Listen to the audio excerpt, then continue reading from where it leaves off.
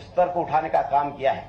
आज गरीब हमारी माताएं बहनों को धुएं से मुक्ति दिलाने से लेकर तो पक्की छत के मकान से लेकर तो गरीबों के इलाज की चिंता भी भारतीय जनता पार्टी की सरकार कर रही है। कोई गरीब भूखा नहीं सोए, उसके लिए 80 करोड़ जनता को निःशुल्क अनाज देने का काम भी भारतीय जनता पार्टी की सरकार कर रही है।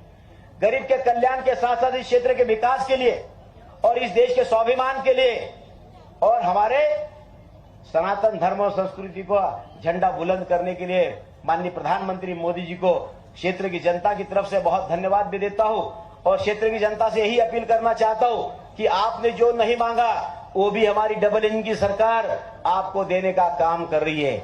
और तीसरी बार सरकार बनने के बाद माननीय प्रधानमंत्री मोदी जी ने गरीबों को निःशुल्क अनाज की योजना निरंतर 5 साल चलती रहेगी।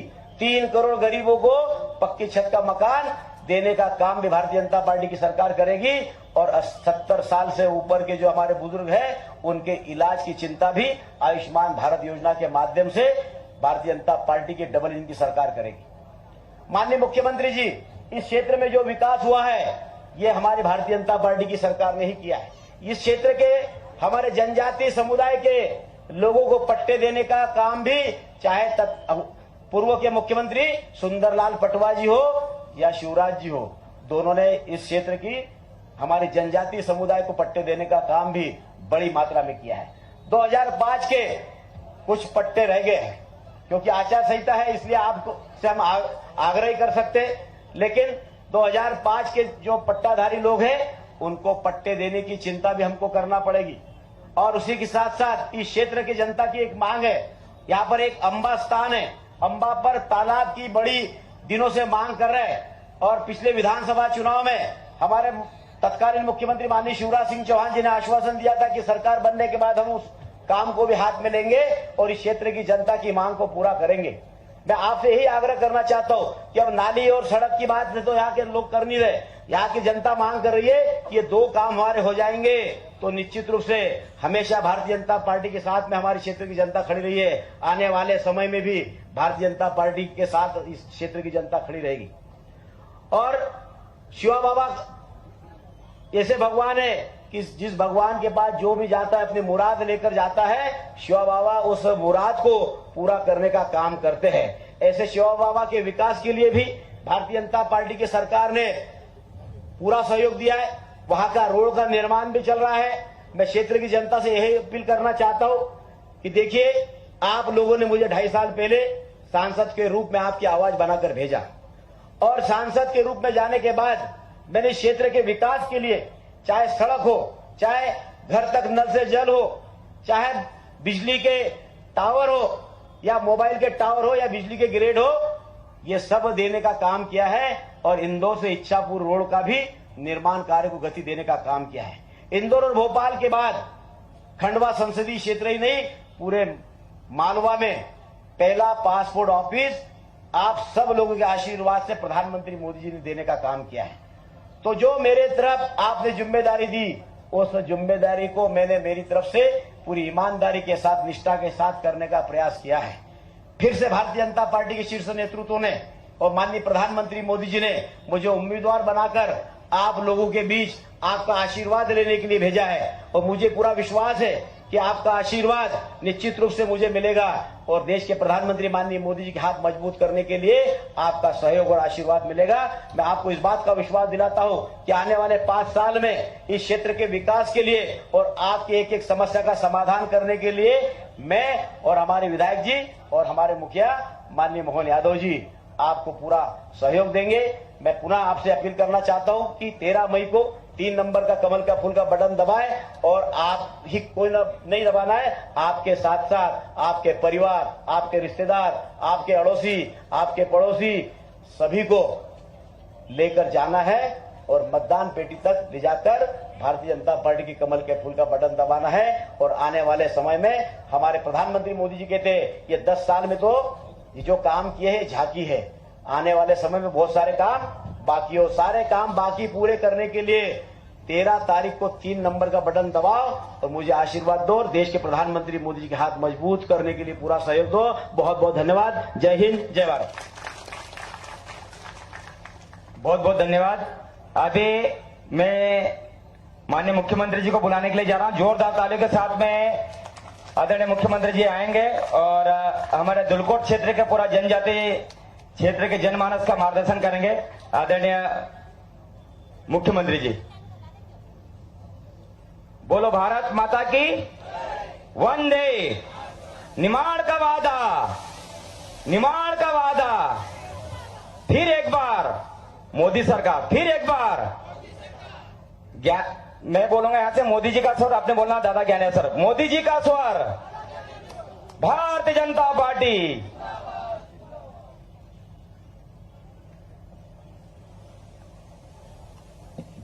बोले ओंकार महाराज की, नर्मदे महारानी की, शिवा बाबा महाराज की।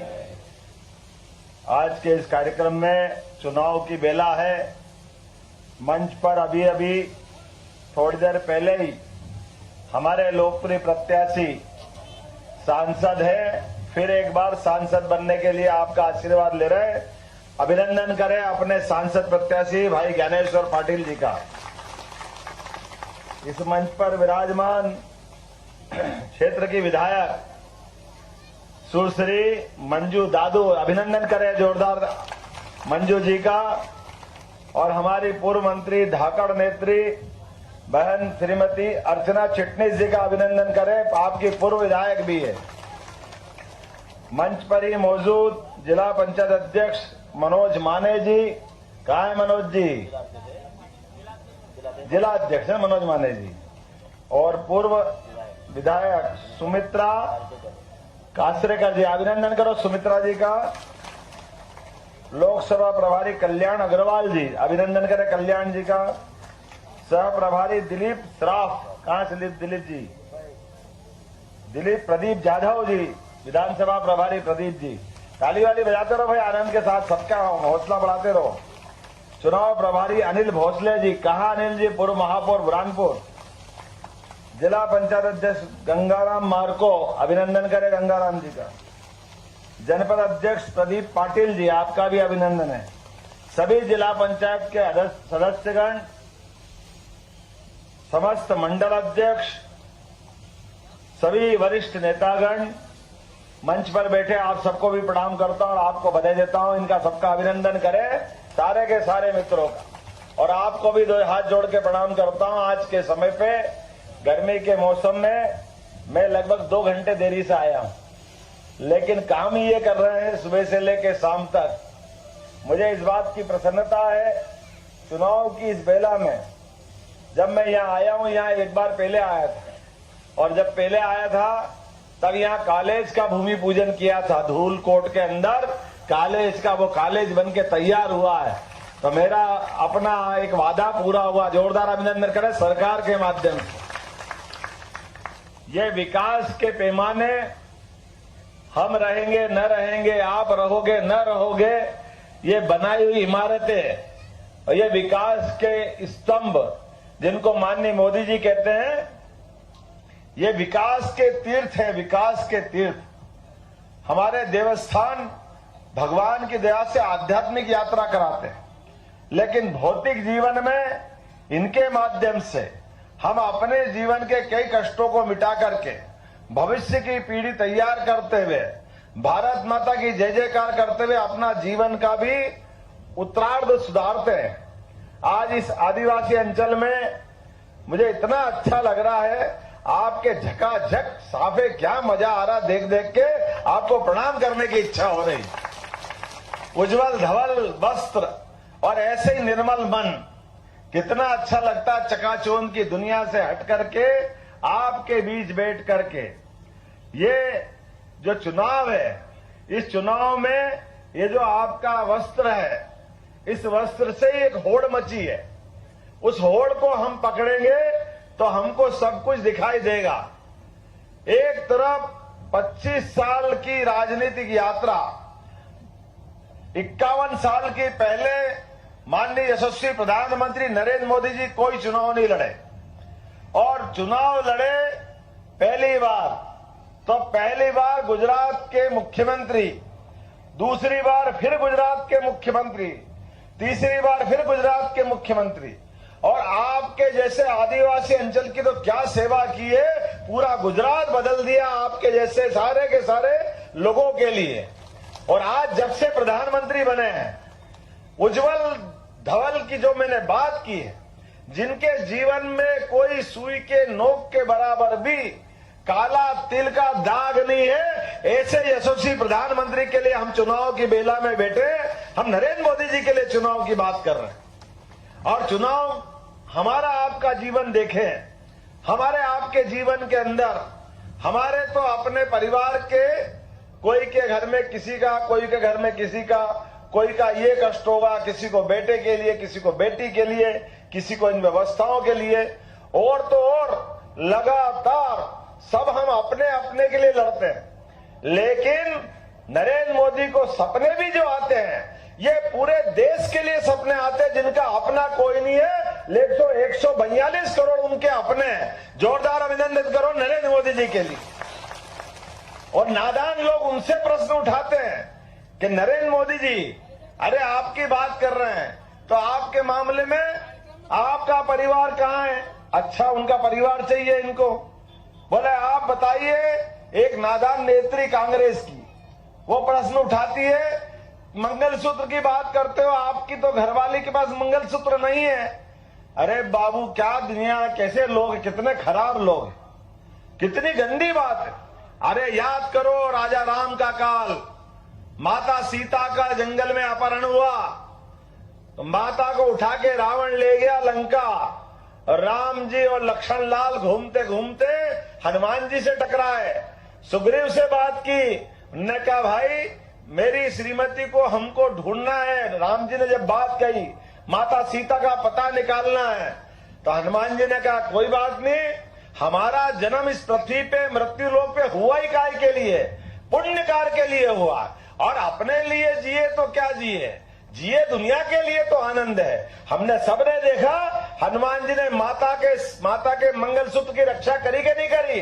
अरे कभी कोई सोच सकता है जो समुद्र लांग गए और रावण की लंका जला के आए और माता सीता का पता लेके आए, वो हनुमान जी को मानने वाले हमारे वनांचल के लोग हैं। मैं आपका अभिनंदन करता हूं, आपका स्वागत करता हूं। ये कांग्रेस के लोग न राम को माने, न हनुमान को माने, न सनातन संस्कृति को माने, ये सबकी बुराई करते और कहने के लिए झूठ कितना बोलते। आजादी के बाद से लगातार झूठ बोलते बोलते आए। सरकार बनाएंगे, काय के लिए बनाएंगे? आदिवासियों के लिए बनाएंगे। अच्छी बात है, देश की आजादी में संविधान बना करके संविधान के अंदर आदिवासियों को हक दिया गया था कि हाँ, आदिवासी में से कोई राष्ट्रपति बन सकता है, कोई प्रधानमंत्री बन सकता है। अधिकार तो दिया कि नहीं दे संविधान में। और ये कहते हैं हाँ हम संविधान बदल देंगे। अरे 100 से ज्यादा बार कांग्रेस के लोगों ने संविधान बदला, और संविधान नहीं बदला, मन का भाव भी बताता हूं। आप में से जब कभी कोई घर के दरवाजे कांग्रेस वाला आए, आप पूछना इनसे, कभी आपने किसी आदिवासी को प्रधानमंत्री बनाया? नहीं बनाया। कभी ओबीसी को प्रधानमंत्री बनाया? कभी नहीं बनाया।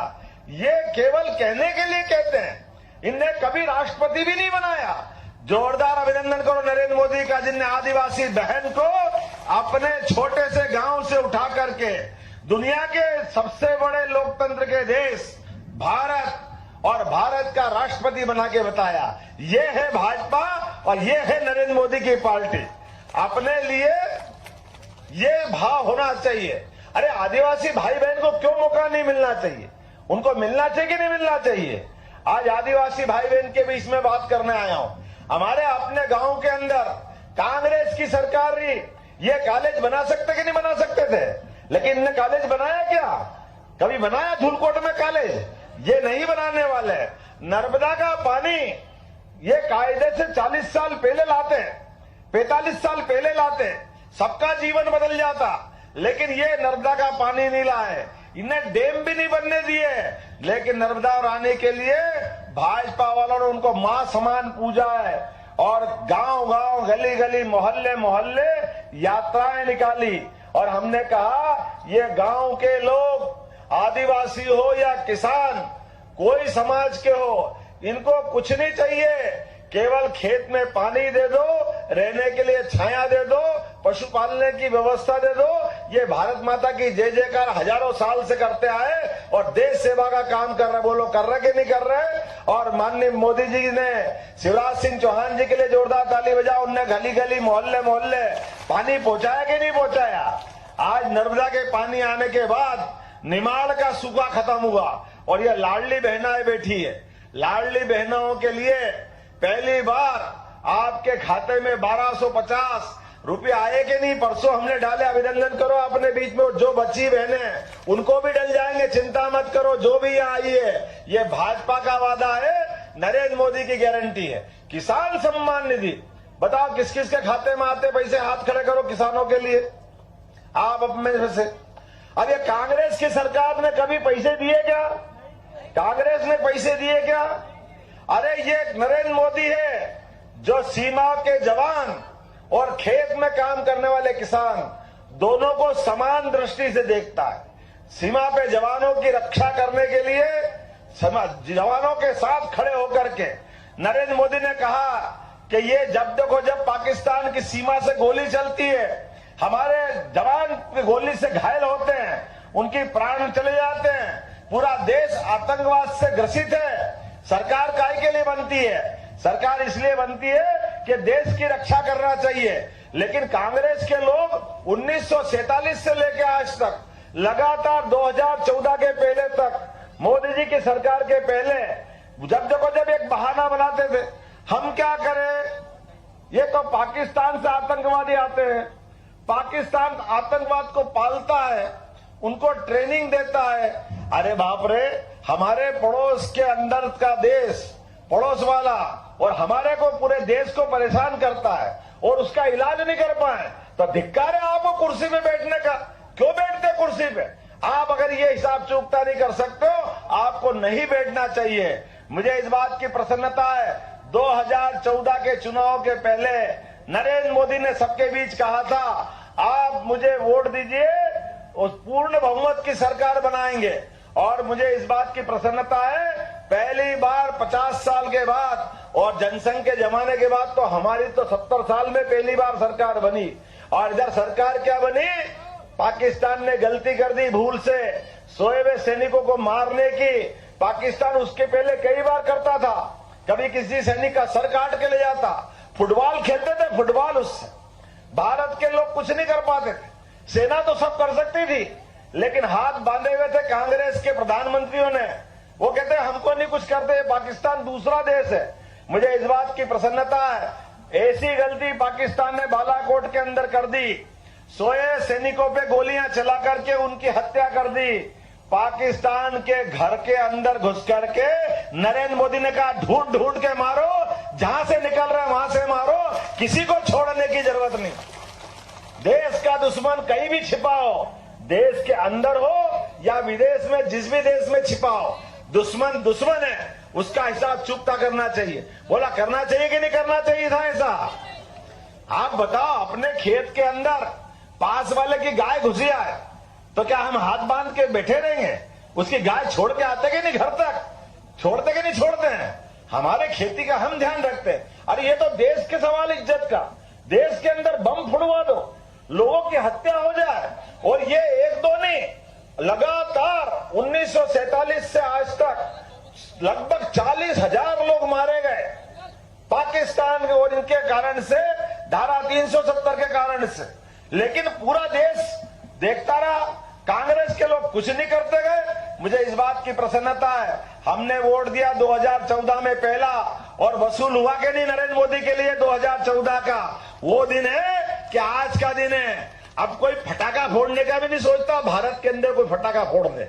सबको मालूम है कि फटाका फूट जाए तो सबसे पहले पाकिस्तान सफेद देता, हमारा हाथ नहीं है, हमारा हाथ नहीं है, हमने कुछ नहीं करा, हमने कुछ नहीं करा। ये है नरेंद्र मोदी की ताकत, और ये एहसास होता है। और दूसरा, फिर वोट दिया नरेंद्र मोदी के लिए, उन्होंने कहा मैं देश की भी रक्षा करूंगा, देश के सांस्कृतिक अनुष्ठान, सांस्कृतिक महायज्ञ का एक वातावरण बनाऊंगा। जिन देवी देवताओं के कारण से देश की पहचान हुई है, हम उस पर भी ध्यान देंगे और देश को समर्थ शक्तिशाली बनाएंगे। और हमने सबने देखा 2019 में दोबारा जब देश आगे बढ़ा, आपने वोट दिए, क्या दिल खोल के दिए कि वो घमंडिया गठबंधन वाले जो सातवें आसमान पे बैठते थे, जिनको लगता था कि मेरे परिवार के अलावा कोई प्रधानमंत्री बन ही नहीं सकता है, वो पट्टे में अमेठी गया दीदी, अमेठी के अंदर इनकी खुद की 3 बार की लोकसभा जो पिछली बार आ रहे, पप्पू पप्पू कहते हैं अपन इनको, तो साहेबजादा कहते हैं, कहते कि नहीं कहते हैं? और पप्पू बोले भी क्यों नहीं बोले? आप बताओ, अपन आलू उगाएं और आलू का अपन क्या करेंगे? चिप्स बनाएंगे, कुछ भी करेंगे। अब आलू से कोई सोना बनाता है क्या?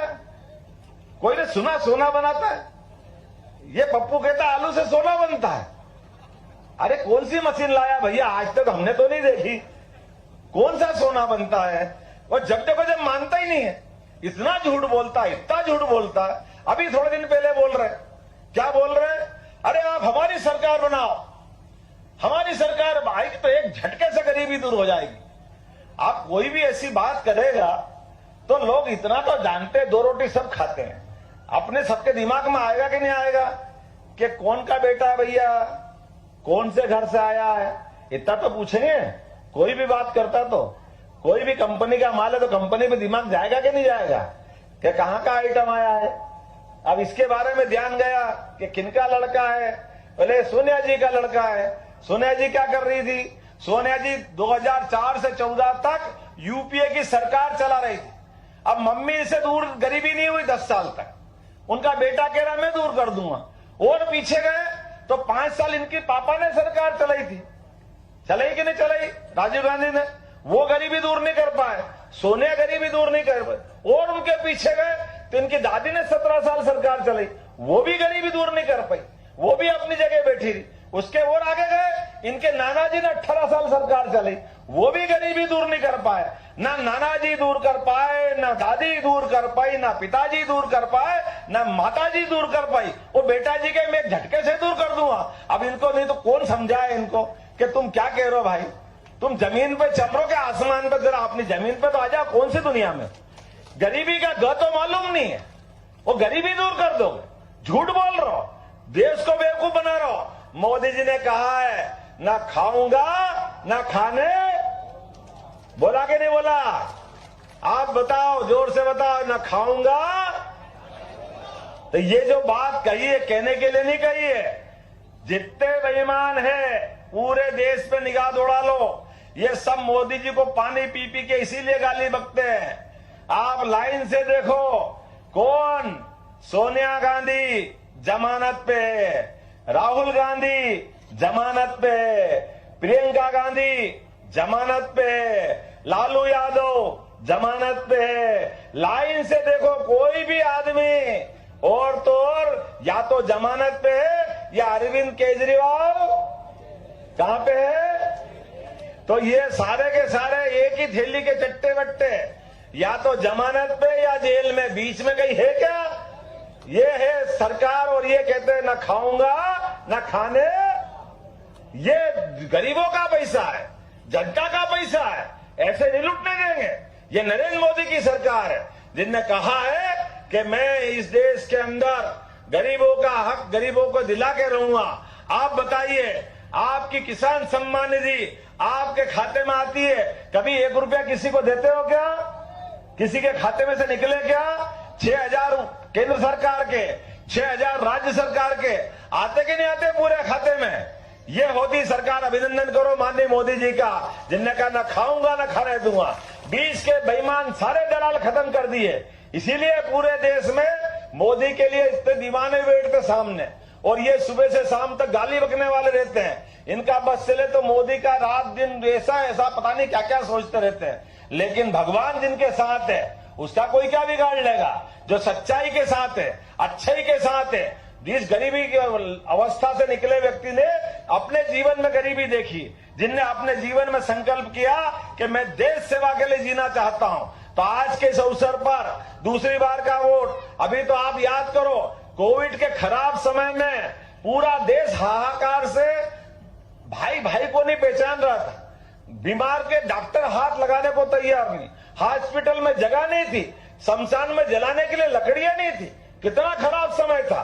ऐसे खराब समय में भी सबसे पहले लॉकडाउन की घोषणा, जो जहां है वही रहेगा, रेल बंद, बस बंद, सारा व्यवस्था बंद, लेकिन लोग घर में थे। लोगों ने कहा मोदी जी ये बंद हो गया तो खाएंगे क्या? उन्होंने कहा मैं घर में पहुंचाऊंगा गेहूं, चावल, दाल, सब गरीबों के घर पहुंचा के नहीं पहुंचा? अगर पहुंचा तो ताली बजा के बताओ, जिनके लिए आज 4 साल से दे रहे हैं। 80 करोड़ लोगों की चिंता की। पाकिस्तान की आबादी है 20 करोड़, ऐसे 4 पाकिस्तान हो जाए, सबके लिए इतना खाना देना और अपने भाव से देना। और उन्होंने कहा वो भी चिंता मत करो और आगे बढ़ो, जो आपको टीके लगे, टीके किस किस को लगे, हाथ खड़े करके बताओ जिनको टीके लगे। आपकी सबकी जान बचाने के लिए आप में से कोई एक भी हाथ खड़ा कर दो कि आपके टीके लगाने में 10 रुपए लगे। किसी से 10 रुपए लिए क्या? ईमानदारी से बताना, किसी से 10 रुपए लिए क्या? आपका जब भी टीका लगना होगा, सुई भी वही लाए, दवाई भी वही लाए, तारीख भी उनने देखी और जान आपकी बचाई। तो जो इतना बड़ा एहसान करे कि आपकी जान बचाए, कोई उसको भूल सकता है क्या? भूल सकता है क्या? आप बताओ, भूल सकता है क्या? बेईमानी ये करे, जान की आफत पे आए, लेकिन मोदी जी ने अपनी जान आपके लिए जीने के लिए रखी है। जोरदार अभिनंदन करो नरेंद्र मोदी का। इसलिए अब की बार पूरा माहौल बन के तैयार है। अब ये कह रहे हैं आप 400 कैसे जीतोगे? आप क्यों कह रहे हो अब की बार 400 पार? अरे भैया, ये हिंदुस्तान की जनता है, ये एहसान फरामोश नहीं है। ये सब जानती है कि जो जान बचाता है, हमारे यहां तो कोई भूले भटके कहीं लग जाए थोड़ी सी तो थोड़ी पट्टी कर दे, और नहीं पट्टी करे तो गिर पड़े तो रास्ते में कोई पानी पिला दे, किसी को उठाकर बिठा दे, तो जीवन भर उसका धन्यवाद देते हैं। देते कि नहीं भैया? कि आपने बड़ा काम किया। और अपने बीच में तो नरेंद्र मोदी ने सबकी जान बचाई, उसको कोई भूल सकता है क्या? अभिनंदन करो ऐसे व्यक्ति के लिए। इसलिए पूरे देश में नरेंद्र मोदी घूम के कह रहे हैं अब की बार तो आप क्यों नहीं बोलेंगे? सब बोलेंगे। और अभी तो और आगे बोलने वाले हैं। आदिवासियों के लिए अगर पहचान बनाना हो, कोई आदमी को पूरा चेहरा छिपा दो, लेकिन तीर धनुष रख दो उसके पास, तो समझ में आ जाएगा ये कौन खड़ा है। समझ में आता कि नहीं आता है? भगवान राम की मूर्ति पहचानना हो, भगवान राम की मूर्ति पे कपड़ा डाल दो, तीर धनुष रख दो पास में, समझ लो काय की मूर्ति है, काय की मूर्ति है। अंतर है क्या? बोलो जय जय सिया राम। अरे 11 साल अयोध्या छोड़ी और इस मध्य प्रदेश की धरती में आदिवासियों के बीच भगवान राम रहे सच्चे अर्थों में। और माता का किसके बेर खाए? बता, वो किसके परिवार की थी? आपके परिवार की तो थी। अरे ऐसा राजा जिसके लिए दुनिया अलग ढंग से देखती है, और वो आपका परिवार का सदस्य बन करके माता के बेर खा करके उनने संबंध स्थापित किए, आपके और उनके संबंध। और हमारे आपके तो छोड़ो, उनने अपने जीवन के कष्ट में भी, सबसे खराब समय में भी अयोध्या से सेना नहीं बुलाई। आप सबके भरोसे से, बानर बालुओं के और जंगल के जीवों के भरोसे से एक घमंडी रावण को उसकी औकात दिखाई। ऐसा घमंडी रावण जिसके 10-10 सिर थे, जिसकी लंका सोने की थी, बहुत धन था, बहुत पैसा, बहुत ताकत, लेकिन चरित्र से हल्का था, बुद्धि से कमजोर था। राम रावण युद्ध हुआ, और राम रावण युद्ध में, बराबरी के युद्ध में, जब देखो जब भगवान राम तीर मारे, एक गर्दन कटे फिर जुड़ जाए, एक गर्दन कटे फिर जुड़ जाए, राम जी परेशान। तो उसका भाई विभीषण आ गया था राम जी के पास। उन्होंने कहा भगवान आप गलत कर रहे हो। उन्होंने कहा क्या गलत कर रहे हैं? बोले ये रावण ऐसे नहीं मरेगा। तो बोले मरेगा कैसे? बोले इसकी गर्दन पे मत लगाओ। बोले फिर कहां मारे? बोले इसकी नाभि में लगाओ, नाभि डूठी में। बोले अच्छा, वहां क्या होगा? बोले अमृत इसकी नाभि में छिपा है, वो जलेगा, अपने आप मर जाएंगे। तो मुझे याद आ गया, ये कांग्रेस को मारने के लिए भी हमको और कुछ नहीं करना, केवल कमल के फूल का बटन दबाना है अपने आप अपनी जगह से। इनका अमृत कहां छिपा हुआ है? अपनी मशीन के अंदर। सब अपनी उंगली बचाना। आपका तीर मुकाम पे लगेगा। बोलो लगेगा कि नहीं लगेगा? तो आपका मुकाम पे तीर लगा 13 तारीख के दिन कि ज्ञानेश्वर पाटिल यहां जीते, नरेंद्र मोदी वहां बल्ले बल्ले और कांग्रेसी के काम लग गए। बोला भारत माता की। तो करना है कि नहीं करना है?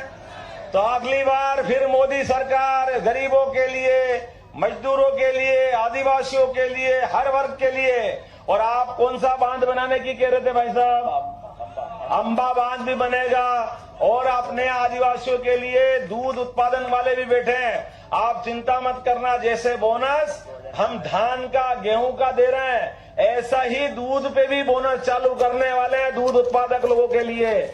आपका सबका दूध अलग से बोनस देके आपको भी लाभ दिलाया जाएगा। जिनके घर में पशुपालन की व्यवस्था नहीं है, अगर पशुपालन करना चाहते हैं, उनके पशुपालन की व्यवस्था भी हमारी तरफ से रहेगी। सरकार उनको पशु देगी ताकि उनकी आमदनी बढ़ना चाहिए हर एक वर्ग के लिए। और वनाधिकार क्षेत्र में जिनके पास पट्टे नहीं है, थोड़े दिन बाद आचार संहिता हट जाएगी, आपको पट्टे देने का काम भी हमारी सरकार करेगी। ये हमारा सबका निर्णय है। ये भाजपा की सरकार है और मोदी की गारंटी और गारंटी की गारंटी है। आज इस अवसर पर मैं आप सबका स्वागत करता हूं और इसलिए और करता हूं, आप जितने भी यहाँ बैठे हैं, कौन कौन गाय भैंस पालता, हाथ खड़े करो।